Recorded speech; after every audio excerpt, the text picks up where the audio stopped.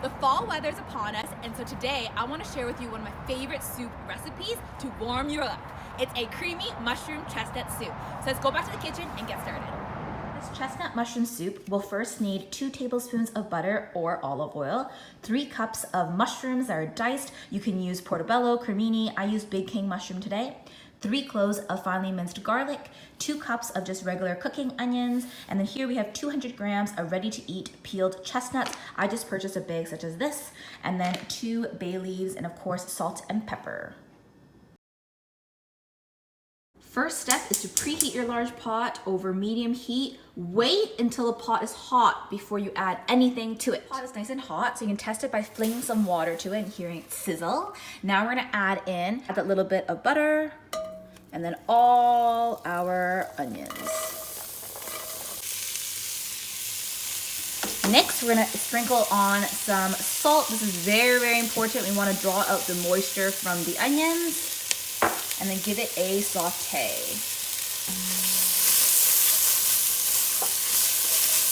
While the butter is melting, we're gonna go ahead and add some freshly ground black pepper. Now this next step of just caramelizing the onions, you have to be patient with this. You cannot rush.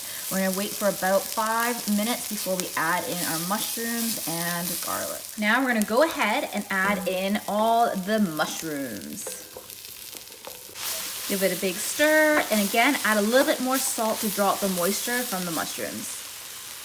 Now at this point, a lot of people will have the urge to add in additional oil or butter because you'll see the pan is getting a little bit more brown and dry, but don't you worry, that little bit of salt we just added will actually help draw out the moisture from the mushrooms, but again, you have to be patient. Now at about this stage, you'll see the mushrooms have shrunk a lot, all the water is coming out. We're gonna go ahead and add the chestnuts along with the garlic. And then just give it a stir again. We're gonna cook for this about 5 minutes. At this point, if you have an immersion blender at home or those handheld blenders, this is where you would add in the bay leaf as well as the liquid of your choice. So either some vegetable stock, chicken stock, or just plain old water.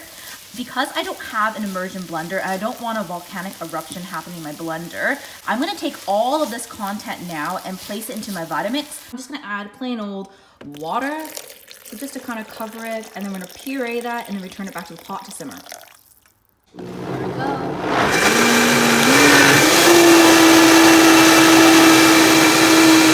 Now we're gonna pour this all back in. So we're gonna go ahead, drop in those bay leaves, stir it around. Adjust the seasoning as you would like right now. So if you want a little bit more salt, more black pepper. Remember, when you blend the soup, the black pepper has actually become significantly stronger. So just taste it once more.